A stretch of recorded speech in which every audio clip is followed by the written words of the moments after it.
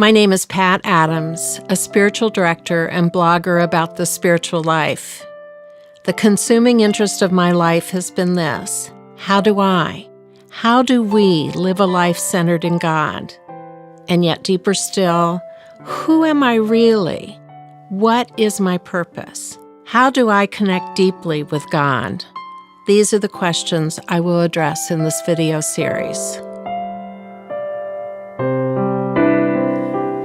The journey with Christ is not a straight line upward where there's steady progress every day. We're human beings, inconstant, forgetful, self-absorbed. It takes a long time to establish a good working relationship with God, where we are constantly absorbed in Him, listening for His guidance and following it in everything, where we are no longer attached to the things, the people of the world, and just belong to God. Building a close relationship to God and adhering to God's standards is a journey, not a destination. As we grow in trust, in love, we are also growing in our ability to follow His standards.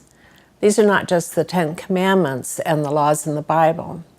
These standards fall under the 2 great commandments of Jesus: to love God with all of ourselves, hearts, minds, soul, and body, and to love our neighbors as ourselves.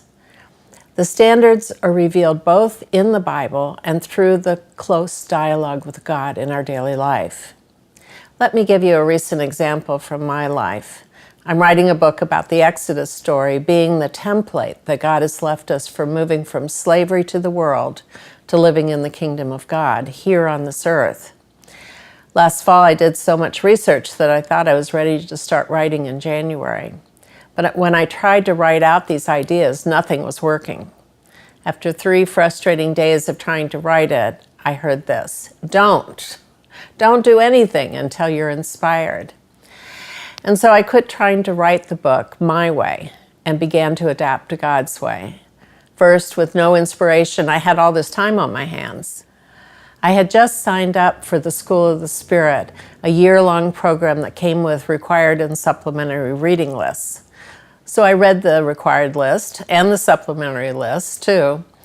And lo and behold, there were all kinds of ideas and quotes that I could use in my book. A few months later, a few days opened up when I was writing, but many came and went without writing at all. And in this way, I was learning that writing the book in God's way was more important than anything else. And I began to understand how much more thinking and inspiration was needed for me to do a good job with the book, and how I had to first learn the lessons I wanted to write about. So there are the laws to be followed, but also God Himself to follow. Anything can get us off track, even seemingly religious things, like believing in God. So much of how we think about God is a projection from our own inadequacies that distorts our image of God. So our own filter for seeing life and ourselves distorts who God is to us. The things that we are taught about God in our churches that are self-serving or just plain designed to keep the people in the pews, like guilt and original sin and shame, also distort how we see God. A culture like ours that is no longer interested in God distorts how we see God through its own indifference. Our life experience, which draws us away from the Bible, for instance, a parent or a boss who's abusive, colors our views of other authority figures and God. Too much suffering can build up anger, or the loss of a loved one who has not grieved well also changes how we think about God and what He should be doing for us. Anger and grief that are not expressed pervert our thinking about God. Our expectations of how our lives should go, which are culturally based, twist our images of God. So much of our life experience colors how we think about everything, including God. Am I fearful, angry, overwrought, and more? Holding on to these emotions will color how we think and feel about God. The Psalms are filled with angry, fearful, vengeful words spoken to God, which express the whole range of negativity about God and human beings, as well as words of worship and awe and praise. They give the rest of us permission to be angry at God, to be afraid, and to take that fear to God. The Psalms can be used as a clearinghouse for all the garbage in us that we hold against God. Reading through them one by one, especially when they're read aloud and with feeling, releases a lot of the garbage within us, gives us all the negativity expression that we need, so we might be free of the burden, finally. Hear the psalmist David cry out to God in Psalm 6. I am worn out from my groaning. All night long I flood my bed with weeping and drench my couch with tears. My eyes grow weak with sorrow. They fail because of all my foes. Or Psalm 10. Why, Lord, do you stand far off? Why do you hide yourself in times of trouble? In his arrogance, the wicked man hunts down the weak who are caught in the schemes he devises. He boasts about the cravings of his heart. He blesses the greedy and reviles the Lord. In his pride, the wicked man does not seek him. In all his thoughts, there is no room for God. Or in Psalm 13, how long, Lord, will you forget me forever? How long will you hide your face from me? How long must I wrestle with my thoughts and day after day have sorrow in my heart? How long will my enemy triumph over me, and my enemy will say, I have overcome him, and my foes will rejoice when I fail. There's so much about life that does not meet our expectations, that causes us to be afraid or angry. In the Psalms, God is inviting us to express our resistances and reservations about everything. He knows that fear and anger and grief get in the way of our relationship with Him, and so He welcomes our shout-outs to Him. He hopes that we can get beyond our anger and fear to a real relationship with Him. But in the meantime, He understands that we have to express all that we think and feel so that it no longer binds us, represses us, or restricts us. Our cultural norms could negate what the Psalms are saying. For instance, the wholly independent American ideal man or woman does not need to lean on anyone. But the psalmist knew what was necessary for our freedom in God, and so they called out to Him in anger and fear. They expressed their hopes and dreams and their wishes and wants. They knew that God was listening and would not judge them for what they shouted out to Him. And then they praised Him too. They trusted that He heard their angry prayers and their sweet, awe-filled ones. God can take our anger and upset. He holds His arms open to welcome us, warts and all. And then what happens? Once we see how acceptable our anger and fear are, we begin to express all the rest of our human emotions and thoughts, holding nothing back from God. In my own life, having grown up in a hellfire and damnation church, I held a lot of anger at God, which I carefully suppressed.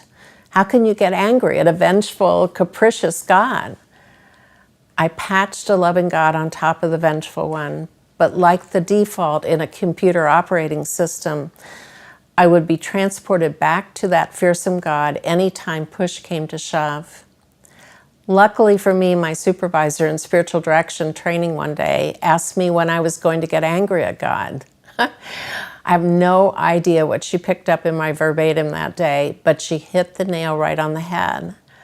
I just looked at her. You don't get angry at a vengeful God. So she asked me again, when are you going to get angry at God? Well, I stood up in the middle of a session and said, I guess right now.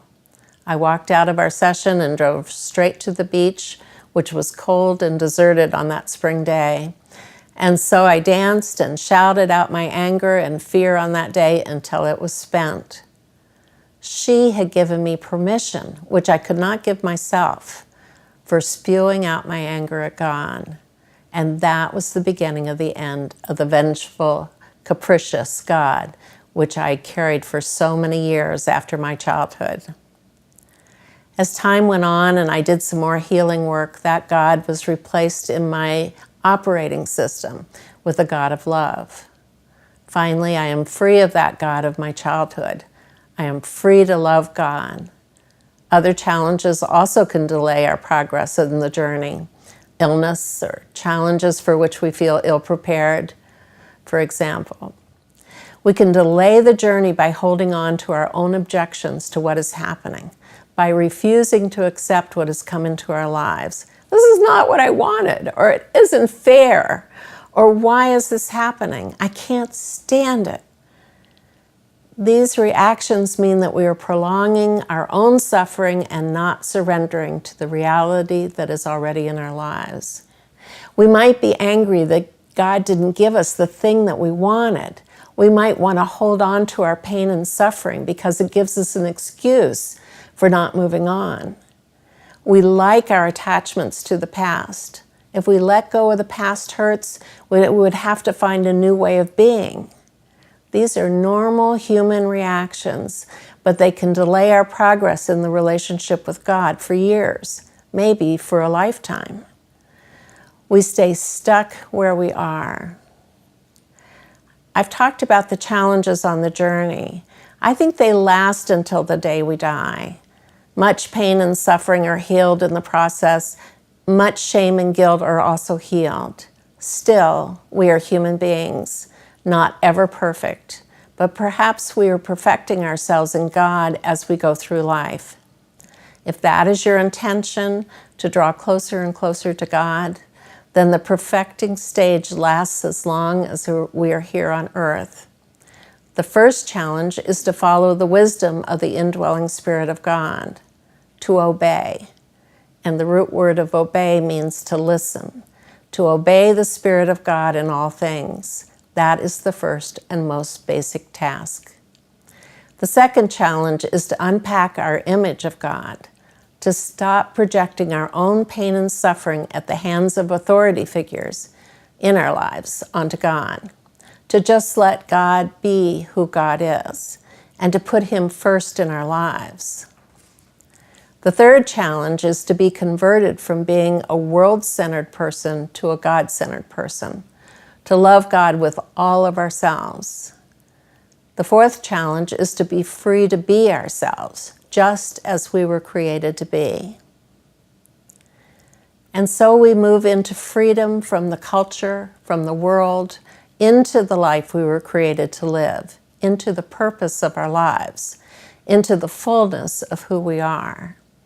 This is what awaits all of us, the freedom to be ourselves as we were designed to be, to give back to the world as God designed us to give, to take joy in our lives as we do the things that we were designed to do. And there is freedom, there is joy, there is peace, there is love. What more could we want? Thank you for watching. I look forward to hearing from you soon.